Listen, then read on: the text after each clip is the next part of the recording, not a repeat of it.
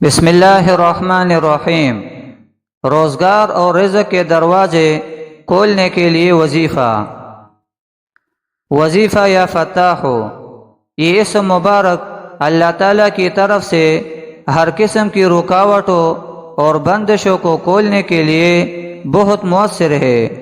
روزگار اور رزق کے دروازے کھولنے کے لیے یہ وظیفہ خاص طور پر مفید ہے۔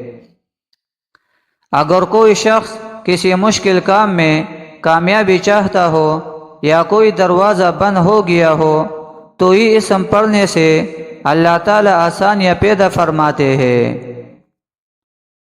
اس کا طریقہ یہ ہے، روزانہ 71 مرتبہ یا فتاح پڑھے۔ فجر کی نماز کے بعد یا جب بھی آپ کو وقت ملے پاکیزگی کے ساتھ یہ وظیفہ کرے۔ دل میں اللہ کی مدد اور رضا کا یقین رکھتے ہوئے پڑھے۔ وظیفہ کے بعد اللہ تعالیٰ سے دعا کرے کہ وہ آپ کی مشکلات کو دور کرے اور دروازے کھول دے۔